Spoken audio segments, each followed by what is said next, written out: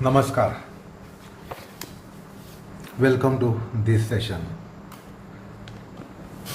We are commencing to understand the 8th of the 18 mahakriyas, that is Jnana Kriya.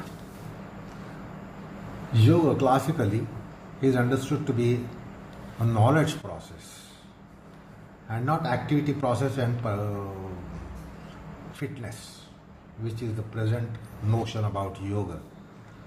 That is, it is something to practice and then acquire fitness. Fitness of body and fitness of mind. But conventional yoga, traditional yoga, classical yoga has never given stress on it, for which today yoga has become so important, globally important.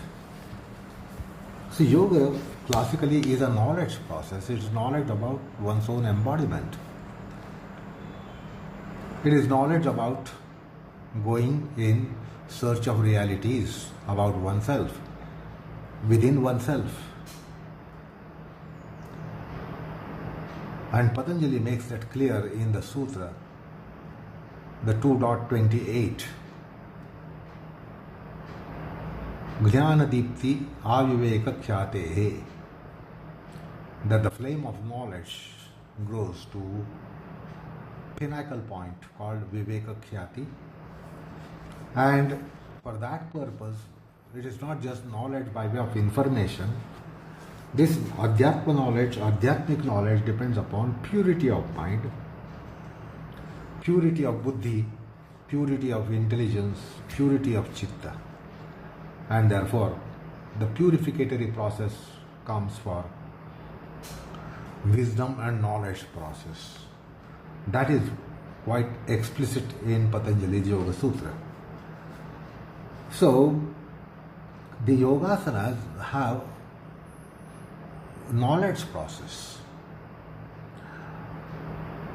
Asanas are done with awareness, with sensitivity, and with a cognitive perceptive act, and therefore there should be something known. So it is important that practitioner of yoga puts this question in the practical aspects of it. It could be asana or pranayam. What do I know? And not just how do I do. So the education gives us this kind of disillusionment, which is otherwise prevalent, that what do I do and how do I do? How well will I do? So our attention is drawn to this fact. What do I know about me and mine, about I myself, about mine, about in me aspects, about this embodiment, about this microcosm? What do I know about my body, mind and breath, their interactions, their interplays, their interface, their mutual interactions, their mutual responses? So it's a knowledge process which is totally eclipsed in the clamour of modern yoga, the clamour that this is for fitness and well-being and wellness. So this Kriya of Yogasanas opens a great portal. The asanas had to be done with complete alerticity. Then why for to be just doing right and correct? If you are doing with alerticity, if you are doing with what is called as discerning practices, if you are discerning, you will know something, and therefore the Jnana Kriya initializes one into this important aspect, opens out an important portal in asanas and pranayam. Once it is taken to understand that it's a knowledge process, subjectivistic knowledge process, embodiment knowledge process. Even yoga is learned from within. If yoga, subject of yoga is to be known, the knowledge of yoga comes subjectivistically within oneself. So that's why this Jnana Kriya is important one to be conceiving and to be construed. So basically, there is much to observe in one's own embodiment, interactions of body, mind and breath, senses, the interaction of grosser body, peripheral body with internal body, interaction of grosser body with the subtler body.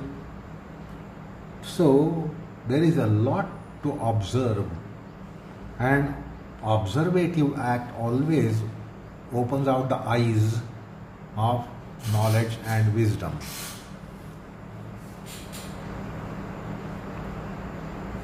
So while asanas and pranayamas are being done, the basic question is to be put, and it is this: that what do I experience? What do I sense? What do I perceive? What do I cognize? What do I know? So it is very important to first of all identify that there is some kind of knowledge process, that I know something about myself, I know something about my own embodiment. Now if it is knowledge, if there is some knowing, it implies that there is a triad. There is a knower, there is a knowing, and there is a known. With nothing as known, there is no knowledge. With nothing of the nature of knowing, there is no knowledge. With no pronounced entity of knower, there is no knowledge. So the knowledge is tripartite constitution of knower, knowing, known. So first of all, it must be identified that I know something while I am doing. Because I am experiencing something, I am sensing something, I am feeling something. If I am aware of something, with what avail? So what do I know is a very fundamental question. If you are knowing something, then how do I know? And then, who in me knows? I know means who is that know? Who is that I?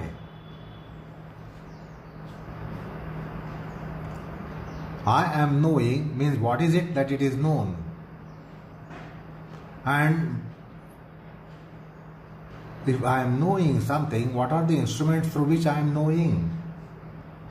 So there is a subjective entity of knower, there is instrumental entity of knowing, and there is objective entity of knowable. So who is the Jnata in Jnana? How is the Jnata? How is the knower? What is the profile of knower? What are the salient features of knower?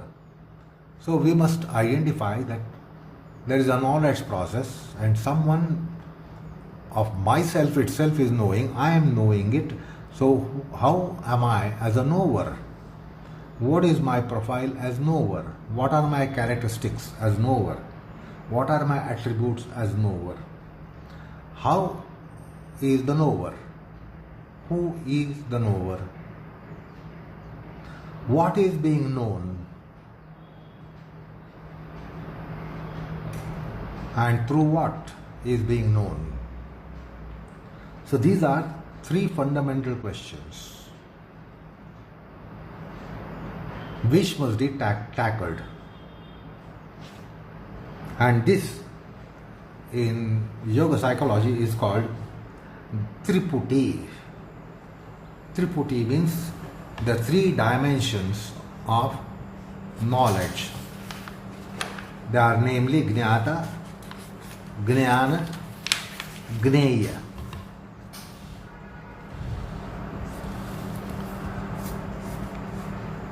So, little analysis will tell you that there must be Jneyanukula Jnata, compatibility of the knower with object of knowledge. Then Jnatanukula Jneya, the knowable should be compatible to knower. Jnananukula Jneya and Jnatanukula Jnana and Jneyanukula Jnana. So one should ponder over these factors. It is so important to have compatibility that the knower known knowing should be compatible.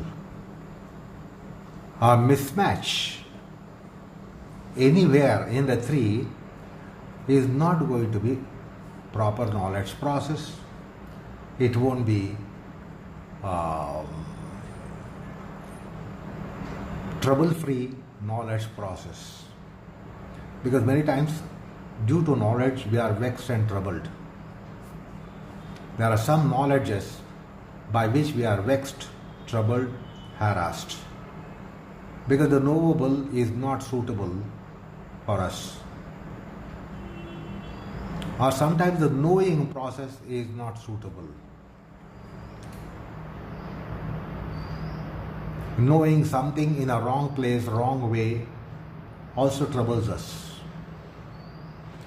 So, the compatibility in Jnata, Jnana, Jneya is important. Therefore, I refer to 6 factors. Listen to them once again. Jneyanukula Jnata, that is, knower, the knower and known factors must be mutually compatible. Jnatanukula Jneya. So that's a compatibility between Jneya and Jnata. They should be mutually compatible. Then Jnatanukula Jnanam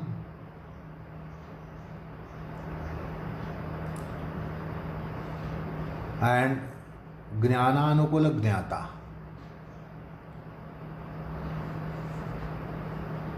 And then Jnananukula Jneya and Jneyanukula Jnanam. Anukula means suitable, compatible. And Yogasanas give you these conditions quite naturally and spontaneously. In the worldly realm, more often the things are not compatible. Somewhere some deficiency, somewhere some kind of alien factor, unsuitable factor. While in yoga, when the body, mind, breath interact, they are more prone to become compatible to each other. And therefore, knowledge process is unique in yoga.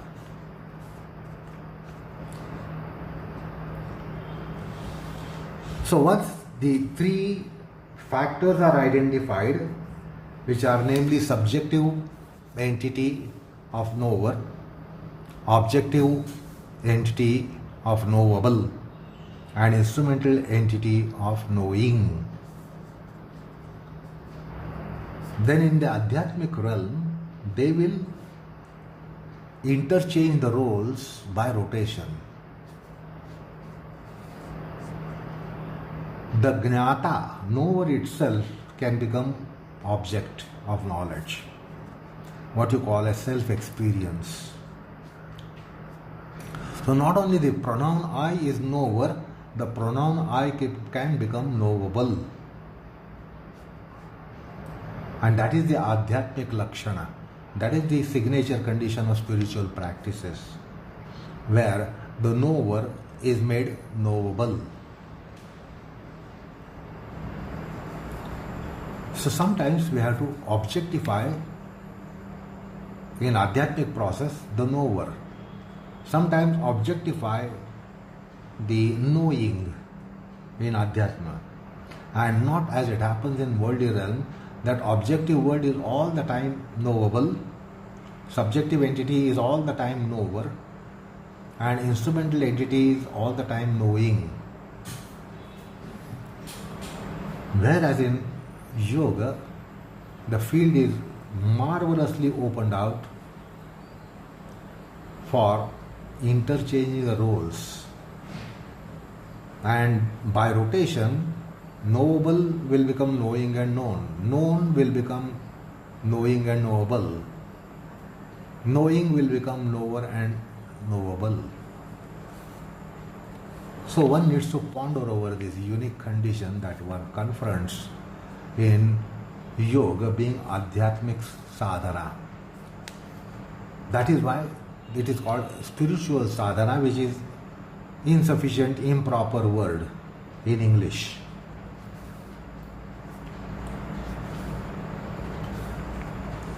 Now, coming to another fascinating aspect here, that the knower entity, subjective entity of knowership.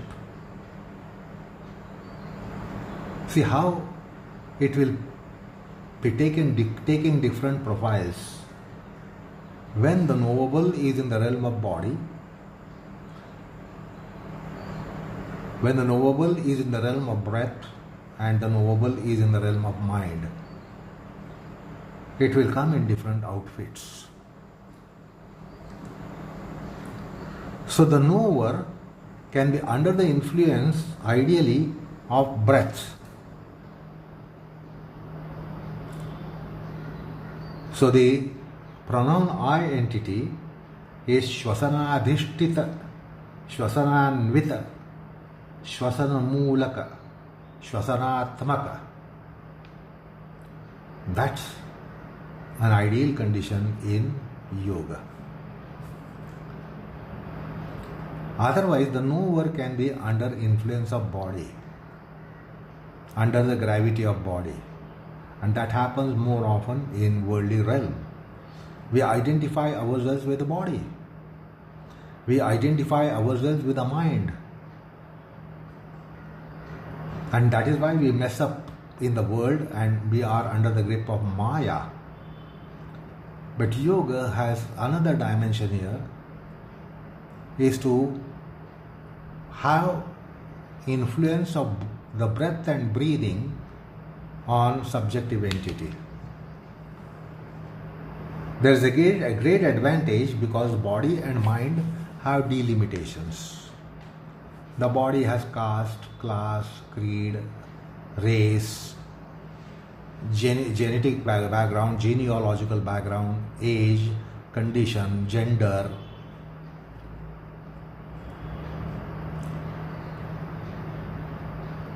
The mind too has the same delimitations. Caste, class, creed, gender, race, genetic background, genealogical background, age, etc., condition, state, etc. But the breath has a unique condition. The breath doesn't have caste, class, creed, race, age, gender. So appreciate this marvel. And therefore the pronoun I will be moreover in a neutral phase, while the pronoun I is more polarized, while in the gravity of body or gravity of mind, which is the worldly condition. We always have our identity deeply sunk and rooted and drenched by body and by mind. While in yoga, it is drenched in breath and breathing. What I described as Shvasana Adhishtita, Shvasana Anvita, Shvasana Mulaka, Shvasanatmaka. So that is another factor of 3 which are rendered, and therefore we will understand which combination works the best. And that is this. Rather than Shariradhishtita, Shariranvita, Shariramulaka, or Manasadhishtita, Manasanvita, Manasamulaka, the Shwasanvita, Shwasadhishtita, Shwasanvita, Shwasamulaka, Shwasatmaka is the best. And the knowledge process is uniquely different. When you think you are body, try to understand the grade of knowledge. When you think that you are mind, try to understand the realm of knowledge and grade of knowledge. But when you think you are breath, it will be totally different plane, superior plane, although the reality is that you are not breath. As much as you are not body, you are not mind, you are not even breath. But yet, identification with the breath is far superior than identification with one's own body and mind, which are deeply under gravity of delimiting factors such as caste, class, creed, gender, age, status, genetic background, genealogical background, ethnic background.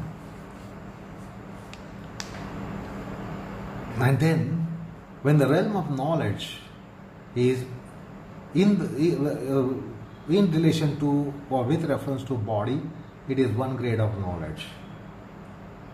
That I am knowing my corporeal body. It's one grade of knowledge. I know my breath and breathing, another grade of knowledge. I know my mind, another grade of knowledge. So this should be understood. The Jnata, Jneya, Jnana. These are basic 3 factors. But then see how they can be colorized. Knower under the gravity of body. Knower under the gravity of mind. Knower under the gravity of breath. Or colorized or influenced by body, mind and breath. The knowing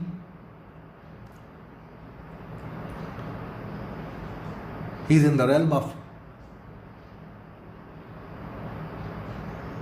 body, mind or self. Body, mind or breath. The knowable in the realm of body, mind and breath. So the knower can be under influence of body, mind and breath. The knowing can be under the influence of body, mind and breath. Knowable can be under influence of body, mind and breath. Therefore, these sets of 3 must be conceived well, and in asanas they must be rendered.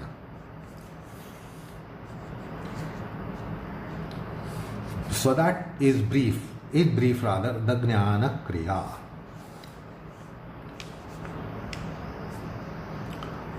The 9th one is Yogasana Kriya or Yoga Kriya.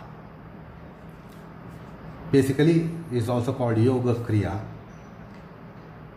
In yoga technology, you have Kriya, Mudra, Asana, various Kriyas are there. They are to be used, they are to be adhered to, they are to be embraced, and the asana then gets a beautiful kind of processing when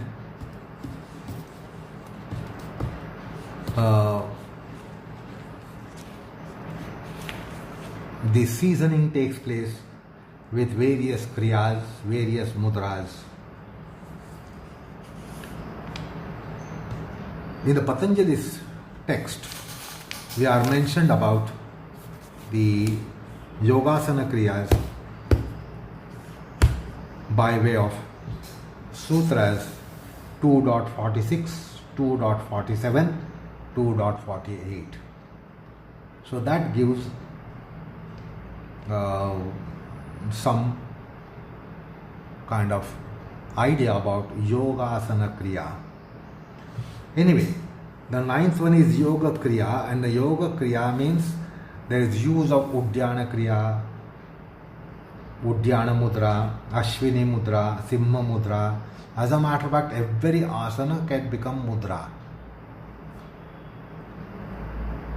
So, that is what is the classical tradition. It is not only that Shirshasana is the Shirshasana also has Shirshasana Mudra. Sarvangasana is not just Sarvangasana, Sarvangasana also has a component called Sarvangasana Mudra.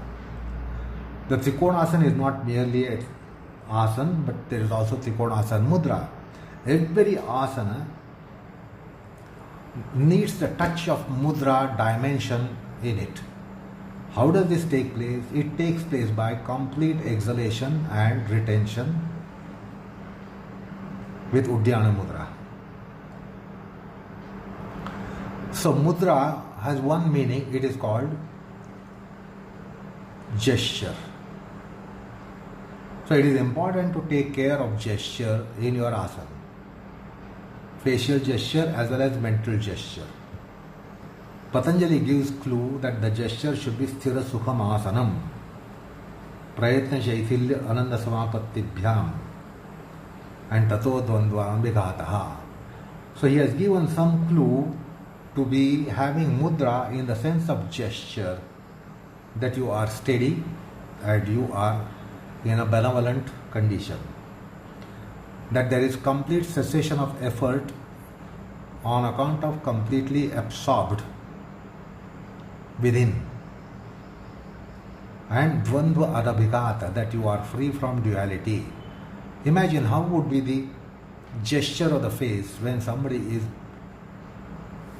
insulated to any duality, rather than disinsulated to duality.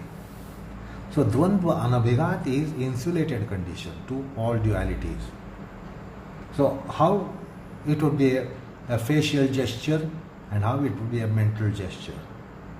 So mudra in the sense of gesture is to be considered in asanas, that is Yoga Kriya. Mudra has another connotation called a seal, lock.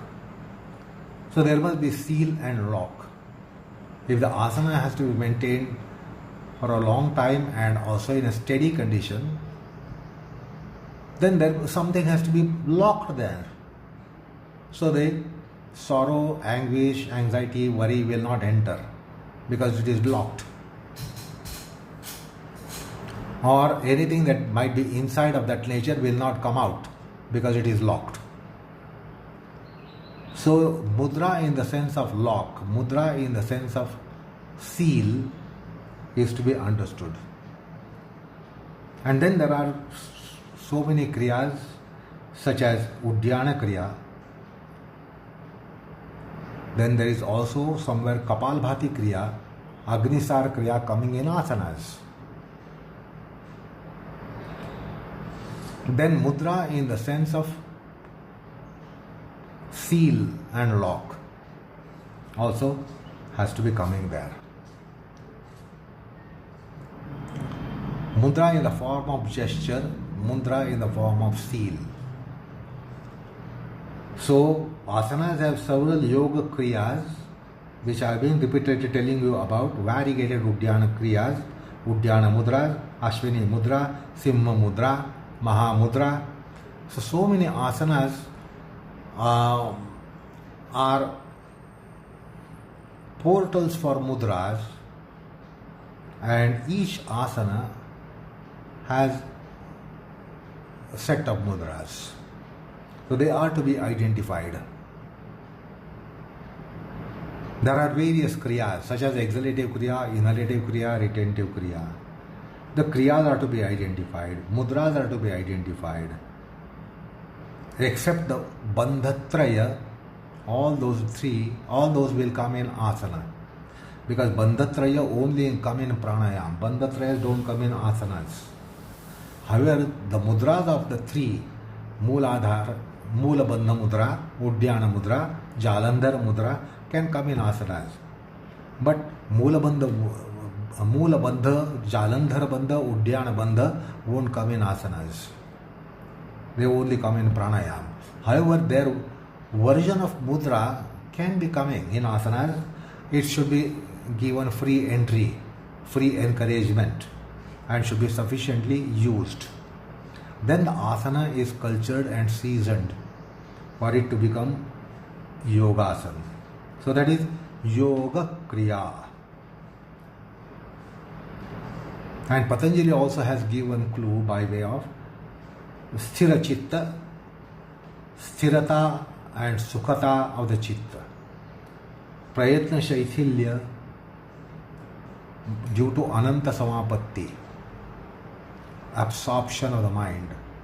Laya kriya, that's called laya kriya. There must be laya kriya in an asana. And Dvandva Anabhigat is also giving us some kind of guidelines for Yoga Kriya. So that is the 9th. Then comes the 10th called Yogasana Kriya. What is Yogasana Kriya? This is pure, very clearly, vividly spelled out in Patanjali's treatise. As I said, the sutras 2.46, 2.47, 2.48, Sthira Sukhamasanam, Prayatna Shaithilyananta Samapattibhyam, Tvato Dvandvan Bhighata. They spell out the Yogasana Kriya. It gives a roadmap for asanas. Every asana, any asana, all asanas, this provides a roadmap. The asana should be sthirapada, sthiraprata, sukhakaraka to chitta. That means the chitta must be in sthairiyam and the chitta must be in sukhata. And this sukha is not pleasure and delight, but this sukha is neutrality.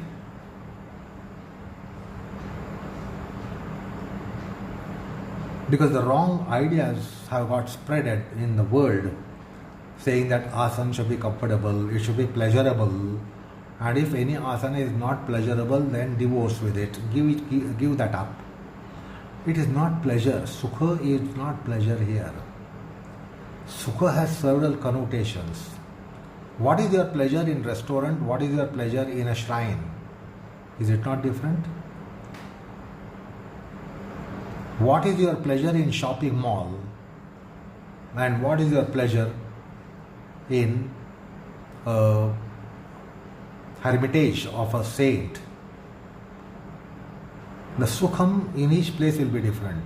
What is pleasure in family situation, family framework, and what is pleasure, delight in social frame? It is different. So, pleasure and delight have so many connotations. It depends upon where and how and why. So, here the sukham aspect in asana is nothing to do with that it should be comfortable to body. If you are so much in pursuit of body, then it is not yoga. That if you are in pursuit of delight and happiness for body, then it is not yoga at all. So what is this sthirata or sthiraprata, sthirapradayaka state and sukhadayaka state? So sukham is neutrality in asanas. It is for samasthiti of the chitta. The samasthiti in asanas is delight. Samasthiti in a restaurant is not delight.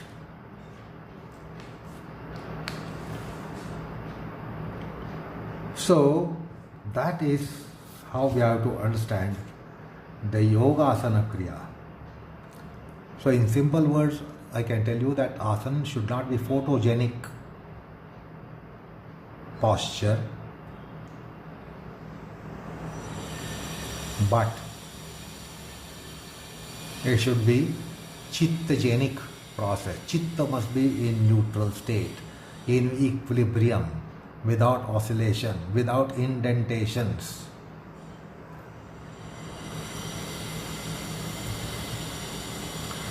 And then asana also, Yogasana Kriya tells us that there must be prayatna. And then prayatna means prakarashena yatna, exalted effort. And then it should head towards prayatna shaithilyam. It is not just to relax the effort, but it is relaxing of the effort due to absorption of mind, rather the chitta. So it is a meditative state. Dhyanavastha in asana is advocated, and with the dhyanavastha there would be a compendium in effort.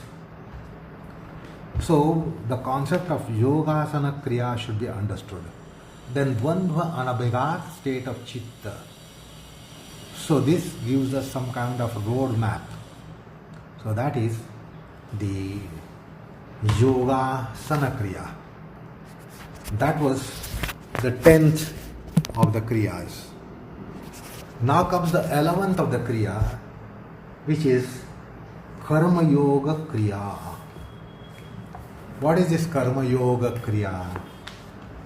It is deeply rooted in the philosophy of yoga. Karma Yoga Samskruti, Karma Yoga Dharma, Karma Yoga Tattva Jnanam, Karma Yoga Philosophy, Karma Yoga Substance, Karma Yoga Gravity. The whole endeavor, asanas must be soaked.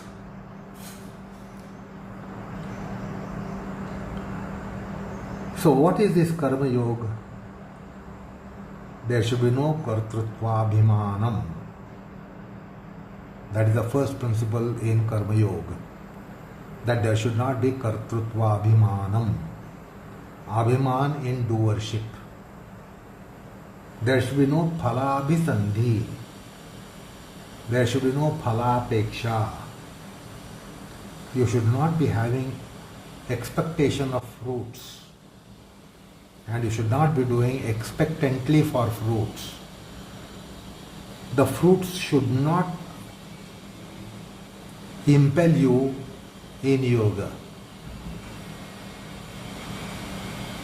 So that is not having phalabhisandhi, not having phalapeksha. There should be no phalahetu.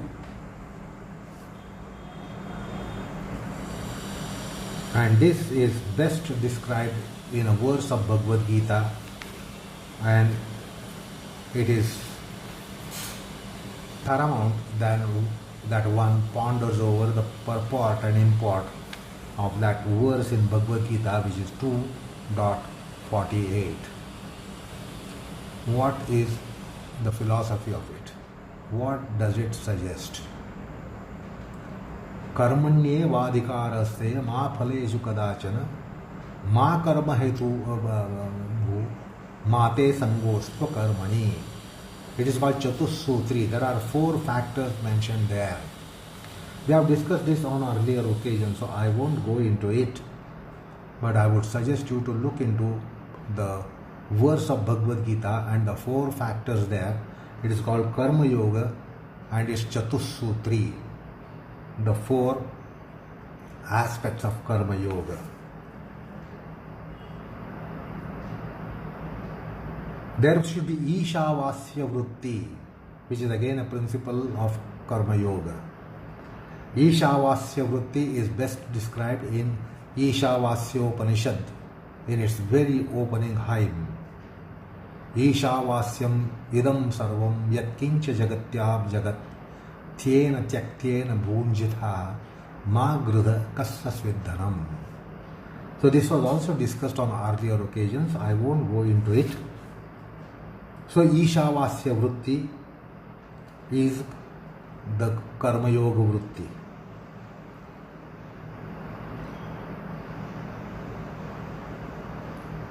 So The asanas should come out of response system rather than motor system, because motor system generating asana would create arrogance and pride, self-conceit, abhimanam would come, and therefore the asanas must be evolving through response system, so there is less gravity for ego and less gravity of ego or egotism or egoism. The kartrutva abhimana won't come, because the things have happened for yoga and not the things are done for yoga. If they are done and you get it, then you are nurturing and nourishing ego. But if it happens, then there is less chance of that.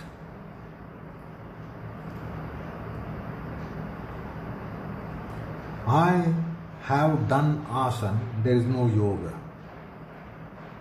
But yogasana has happened is yoga.